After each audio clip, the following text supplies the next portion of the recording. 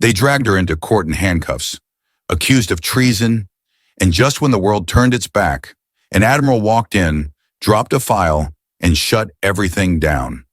"You have no right to treat her like that." The voice rang out like a gunshot, slicing through the thick tension in the courtroom. Heads turned, gasps echoed off the marble walls as two officers, stern-faced, emotionless, dragged a handcuffed woman down the aisle. She didn't resist. She didn't flinch. She walked with quiet dignity, each step a silent rebellion against the spectacle unfolding around her. Her uniform was pressed, flawless despite the chains around her wrists. Her boots struck the floor with purpose. Her spine straight, her gaze locked ahead, but her eyes, calm, sharp, unblinking, burned with a quiet fire that spoke louder than any protest. This was not just any defendant. This was Lieutenant Commander Asha Bryant, a decorated Navy SEAL sniper, the only black woman in U.S. military history to rise to such a rank within the elite SEAL teams. Her record was legendary. She had led reconnaissance in deserts, rainforests, war zones, missions buried under layers of classified ink. She had once taken a shot from over a mile away, disabling a hostile vehicle seconds before it reached a U.S. convoy. She had rescued hostages in a foreign embassy under the cover of total darkness. And now that same soldier, America's silent guardian, was being paraded like a criminal. Reporters scrambled from the benches, their cameras clicking feverishly. "Who authorized this?" someone hissed. "Is this even legal?" whispered another. Phones buzzed as the scene went live across every social feed. The judge banged his gavel, but it couldn't silence the courtroom. The sound was swallowed by the rising storm of confusion, anger, and disbelief. At the prosecution table, lawyers looked smug, prepared. This wasn't just a trial, it was a public takedown, an example, a warning. And yet, amidst the chaos, Asha didn't say a word. She didn't shout or cry. She simply stood there, chained but unshaken, a statue of honor in a house of judgment. "How did this happen?" a journalist whispered. No one answered, because no one truly knew. The official charge was treason. The claim? That Asha had gone rogue during her last mission and taken out a non-combatant who was, according to leaked intel, a foreign diplomat. The mission had taken place just 8 weeks prior, deep behind enemy lines in a volatile region no news outlet could even name. She had been deployed on a midnight recon and extract operation. According to standard protocol, she was to observe, confirm, and report. But something had changed. Reports claimed she went off calm, moved ahead without clearance, and took a lethal shot. Hours later, her team extracted her in silence. No one spoke. No one questioned her. She filed no detailed report. What followed was a storm of paperwork, press leaks, and political fallout. The State Department called for an inquiry. Intelligence agencies demanded explanations. And when Asha refused to explain her actions in public, the military turned her over to civilian courts. That move alone sparked outrage in veteran circles. A Navy SEAL being tried like a common criminal? Many whispered of betrayal, but the media spun it differently. Sniper gone rogue. Hero turned threat. The soldier who knew too much. And still, Asha said nothing. She didn't fight the charges in the press. She didn't ask for sympathy. She didn't offer excuses. Those closest to her said she believed in the system, even when it failed her. Inside the courtroom, the prosecution built its case with careful theatrics. Grainy footage, redacted documents, anonymous witnesses. The jury watched uneasy, but Asha remained silent. Not out of guilt, but out of principle. Because what she had done couldn't be explained in headlines or cross-examinations. She had made a decision based on intel only a few people on the planet had access to. A decision that, if misunderstood, could destroy international alliances or save millions of lives. Then came the moment no one expected. Just as the prosecution rested its case, the courtroom doors burst open. A hush fell. In walked a tall man in a formal Navy uniform, silver hair cut with precision, shoulders broad with authority. The entire room turned. Every veteran present recognized him instantly. Admiral Richard Talbot, a war legend, former head of Special Operations Command. Retired 3 years ago under mysterious circumstances, and hadn't been seen since. Yet here he was, walking past bailiffs and guards without hesitation. Court officers moved to stop him, but he flashed a badge none of them had ever seen before. Clearance level, Omega Red. It meant one thing: national security override. The judge leaned forward, stunned. "Sir, you're interrupting an active proceeding." Talbot cut him off. "I am invoking Executive Directive 9. This woman is under my orders. Classified mission? I carry sealed evidence that clears her name." The room froze. Talbot walked straight to the bench, placed a thick file on the judge's desk, and waited. The judge opened it, and within seconds his face turned pale. Lines deepened across his brow. He dismissed the jury and cleared the courtroom. When he returned, his voice was different, measured, humble. "Lieutenant Commander Bryant, the court owes you an apology." The truth came spilling out, though most of it remains redacted to this day. The so-called diplomat she had eliminated, a double agent linked to multiple assassination plots and nuclear trafficking. Asha had identified the threat mid-mission using real-time satellite links and biometric intel. Her action prevented a major attack on a U.S. military base overseas. The leak accusing her, it came from a contractor trying to bury his own connections to the double agent. A cover-up exposed only because Admiral Talbot chose to come out of retirement and stand by the soldier he once trained. Charges were dropped, case dismissed. Cameras caught the moment Asha stood up, free of her chains. She didn't smile. She didn't weep. She simply turned and walked out. But before she reached the door, Admiral Talbot raised his hand and saluted her. The room held its breath. A salute from an admiral to a sniper. A moment that went viral within hours. Millions watched. Veterans cheered. The nation finally understood. Asha Bryant wasn't a traitor. She was a hero, silenced to protect the truth. And in the end, the truth saluted her back. 2 months before the courtroom chaos, Lieutenant Commander Asha Bryant had been deep in hostile territory. On a mission so classified, her team didn't even know the full objective until wheels were up. It was a night op, somewhere in the Horn of Africa, near an unmarked border compound. Satellite recon had flagged suspicious intel movement tied to multiple terrorist networks. The mission was listed as observe and report. Nothing more. Asha had done hundreds like it, but this one felt different from the start. The target compound was heavily guarded, too heavily for a non-military site. Her instincts kicked in. She noticed inconsistencies, encrypted radio traffic that didn't match the region, drone signal jammers set to NATO frequencies. And inside the compound, a face she'd only seen once, buried in a red-level threat database. His codename, Silkjack, a global arms facilitator known for trading nuclear materials, vanishing, and reappearing under new aliases. The man had supposedly died 2 years ago in a drone strike, yet there he was, alive, disguised as a diplomatic attaché to a rogue state, preparing to vanish again. Asha had mere minutes to act. She called in for confirmation, but the line went dead. Either interference or betrayal. Her sniper rifle locked in. One breath, one pull. Target neutralized. Her team evacuated silently. Mission time, under 9 minutes. A week later, the leak started. News agencies released grainy satellite images showing a charred rooftop and labeled Silkjack as an innocent foreign advisor. Suddenly, politicians were calling for justice, and Asha's name leaked to the press, something that never happened. Within days, she was summoned stateside, stripped of clearance, and told she was being transferred to civilian jurisdiction. The betrayal was swift and cold. Her fellow SEALs didn't speak publicly. They couldn't, but behind closed doors, they were furious. "She saved lives," one whispered. "This is political theater," another said. Rumors circled. Some believed she was being punished not for the kill, but for what she uncovered. Someone had been protecting Silkjack. Asha's bullet didn't just eliminate a threat, it unraveled a much bigger game. Her silence made her dangerous.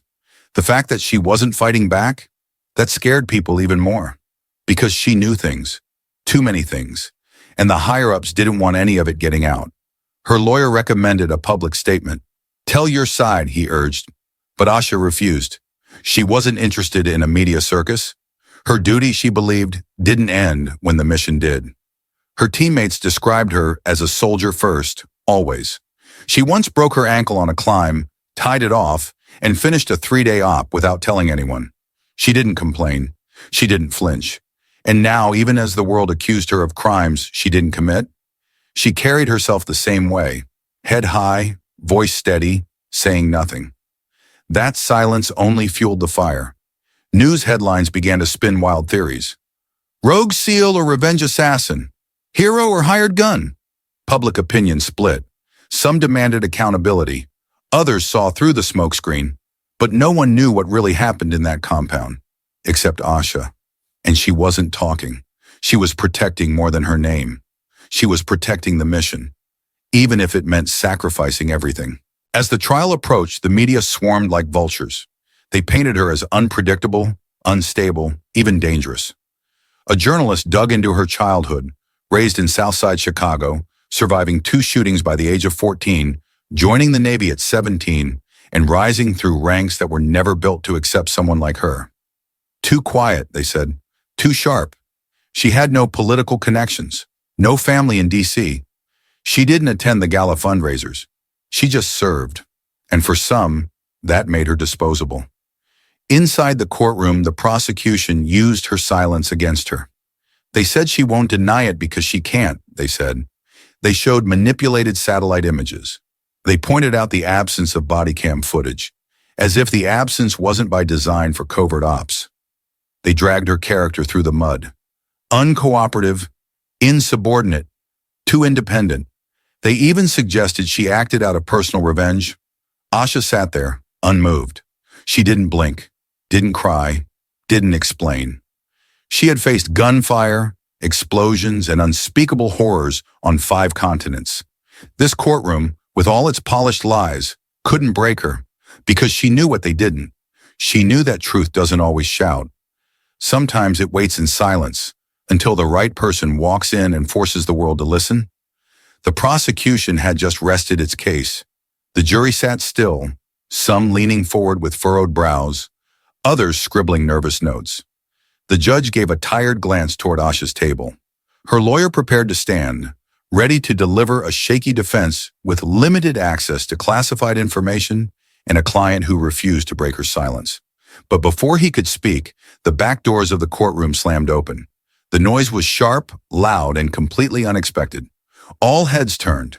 2 bailiffs moved instinctively, hands near their belts, then froze, because standing in the doorway was a man none of them expected to ever see again. Broad shoulders, silver hair cut with perfect military precision, navy dress uniform polished to a mirror shine. Rows of ribbons covered his chest, each one earned, none for show. But it wasn't the medals that stopped the room. It was who he was, Admiral Richard Talbot. The name alone carried weight. Former head of U.S. Special Operations Command, war strategist, decorated battlefield commander. The same man who had personally shaped elite missions from Iraq to the South China Sea. And more importantly, the man who had trained Asha Bryant. He hadn't been seen in public since retiring 3 years ago under a cloud of classified ambiguity. Rumors said he vanished after refusing to approve a corrupt international weapons deal. Others said he was protecting someone. Whatever the truth, he was back now. And every person in that courtroom, lawyers, jurors, press, even the judge, froze when they saw him enter. Talbot didn't ask for permission. He didn't wait for protocol. He walked down the center aisle like he owned the floor, his boots echoing with purpose. The 2 security officers who had cuffed Asha earlier instinctively stepped back. The Admiral pulled a small case from his inside coat pocket and held up a badge that made one thing clear. Executive level clearance, Omega Red Tier, a level so high that only 4 people in the United States were known to carry it. The judge stood, clearly shaken. Admiral Talbot, this is a civilian court, but Talbot raised a hand, not to interrupt, to warn. I am invoking Executive Directive 9, he said firmly. This woman, he continued, gesturing to Asha, was operating under my orders during an active national security mission.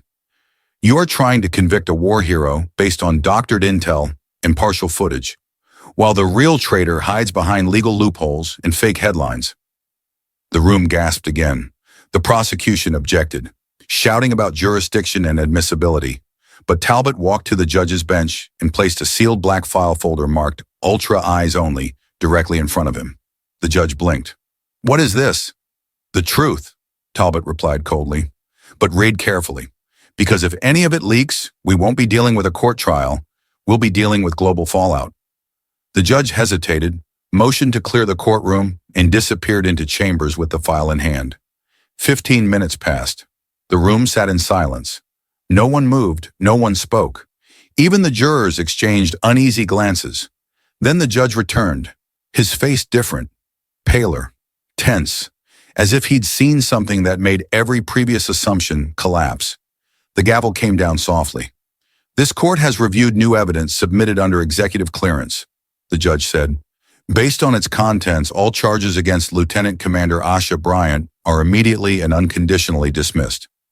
The courtroom exhaled, then confusion, then a low buzz of disbelief. The judge continued. The individual targeted in the mission was not a civilian diplomat, as previously believed, but a confirmed double agent working with 3 hostile networks. Lieutenant Commander Bryant acted with authorization under an emergency classified directive. Her actions prevented a catastrophic security breach involving nuclear materials. That wasn't all. The file contained evidence of who had leaked the false reports to the press, a private defense contractor based in D.C., who stood to lose billions if the real operation had gone public. That man had altered mission logs and deliberately misled officials to bury his involvement in the illegal arms brokerage. Asha had never said a word because she had known this. She knew the truth would burn through red tape eventually, and she was right. Reporters outside were already scrambling to update their stories. The rogue sniper was now the silent savior. Asha stood, her wrists still red from the cuffs they had forced on her earlier. She looked at the judge. No smile, no nod, just a calm acceptance, as if she hadn't been hoping for this moment, but simply waiting for justice to catch up with reality. And then it happened. Admiral Talbot removed his hat, turned toward her, and in front of every camera, lawyer, and journalist in the room, saluted her. A full, perfect, formal salute. The kind reserved for those whose service speaks louder than their words. Asha returned the salute without hesitation. 2 warriors, 1 truth, and the world watching in silence. The world outside the courtroom didn't take long to catch up. Within 30 minutes of the dismissal, someone leaked a blurry cell phone video of Admiral Talbot's salute. Within an hour, it had over 1 million views. Headlines flipped, hashtags exploded. Asha Bryant trended globally. News outlets scrambled to correct their earlier narratives. SEAL sniper cleared in shocking courtroom reveal. Hero, not traitor. Secrets that saved a nation. But the public had already made up its mind. This wasn't just a trial anymore. It was a reckoning. Veterans posted tribute videos. Fellow soldiers shared quiet photos from missions they'd never been allowed to talk about. Photos with Asha in the background, always watching, always calm. Young girls across the country began drawing her portrait, tagging her as their hero. Politicians who had previously called her dangerous went silent. And the contractor at the center of the leak? He vanished. One anonymous insider told a reporter, "He won't be seen again." Not after what Talbot submitted. Meanwhile, Asha refused interviews. She didn't go on morning shows. She didn't release a statement. She didn't even go home. Instead, she walked out of that courthouse with nothing but her uniform, her medals still boxed, and a duffel bag slung over her shoulder. Paparazzi shouted questions. "Where are you going, Asha? Will you return to the Navy?" What did the Admiral show the judge? She didn't answer any of them. Just got into a black SUV and disappeared down the avenue. Silent, sharp, composed, just like always. Behind closed doors, the Pentagon scrambled. They hadn't expected Admiral Talbot to reemerge, and they certainly hadn't expected him to drag years of sealed operations into a civilian courtroom. But his gamble paid off. It exposed not just the truth about Asha's mission, but about a network of corruption that had quietly grown inside the defense sector. Anonymous sources later revealed that Talbot had spent the last 3 years gathering evidence in secret, moving through back channels, consulting former intelligence officers and cyber analysts. He knew Asha would be the bait. He knew they'd eventually put her on trial to protect the lie. But instead of stopping it, he let it play out, then detonated the truth when it would do the most damage. That file he gave the judge wasn't just about the mission. It detailed the arms trade network Silkjack was running, the payments routed through shell corporations, and the government officials who had looked the other way. It revealed how Asha's operation had cut the cord, how her trigger pulled the plug on a billion-dollar betrayal.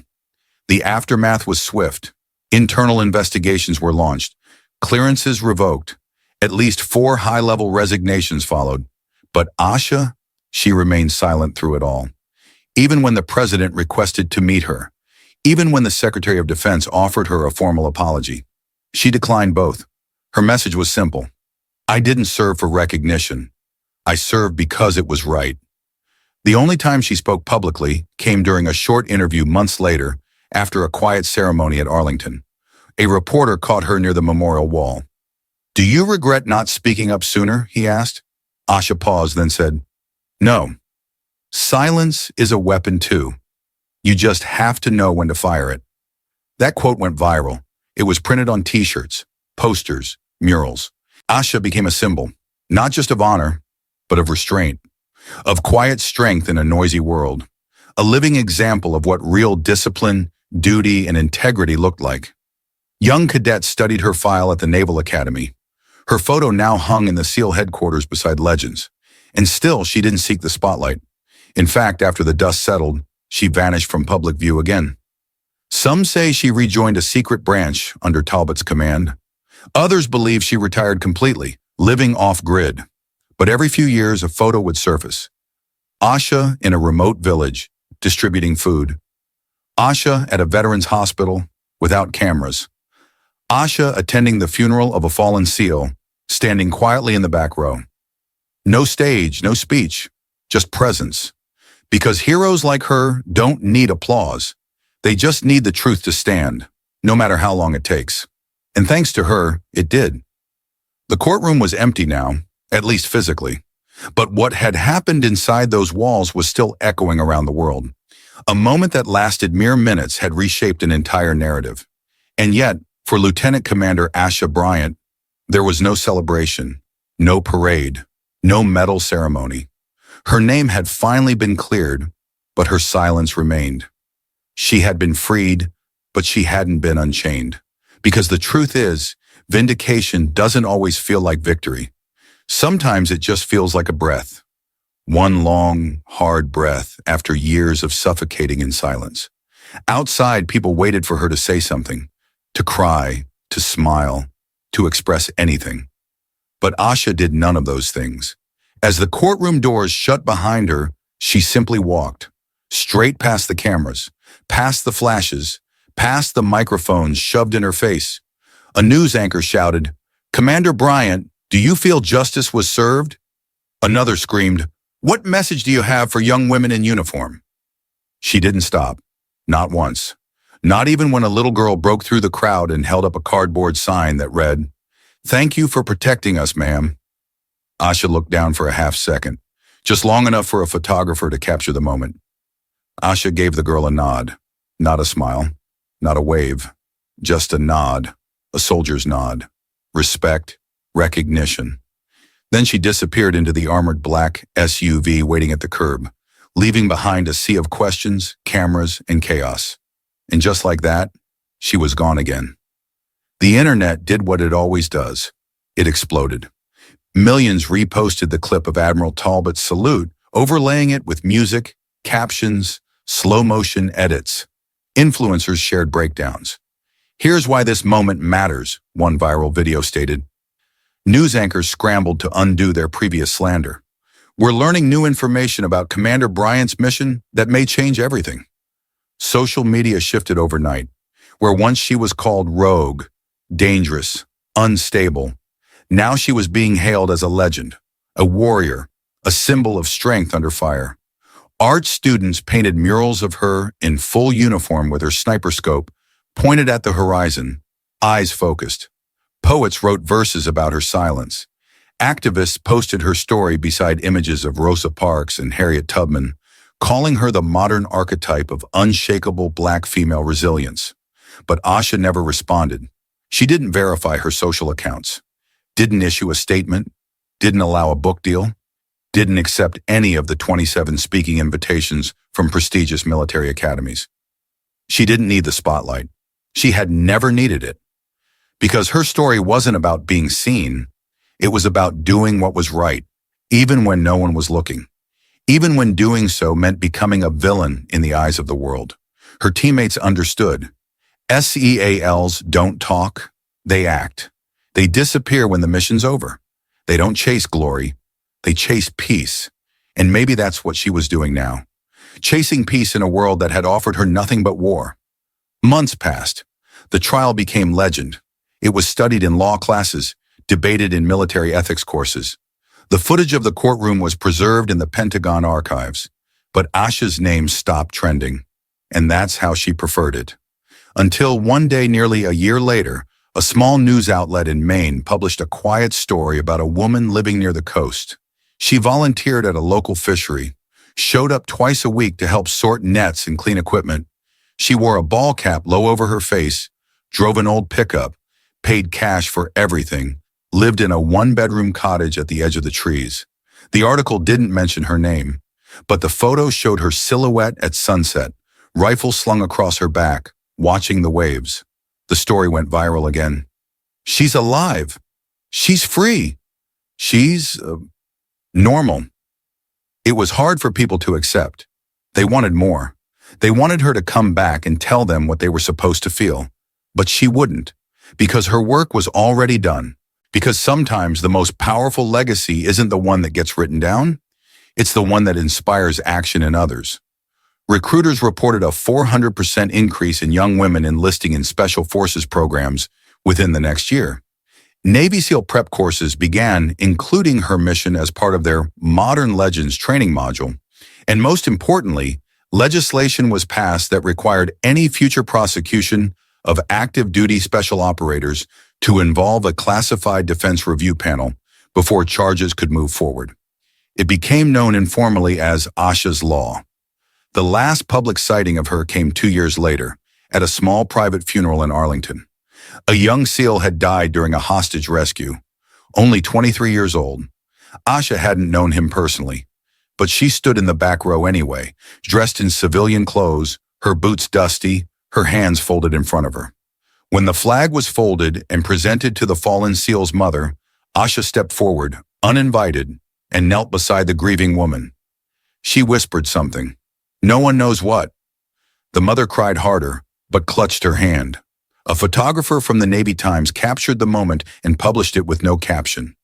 None was needed. The image said it all.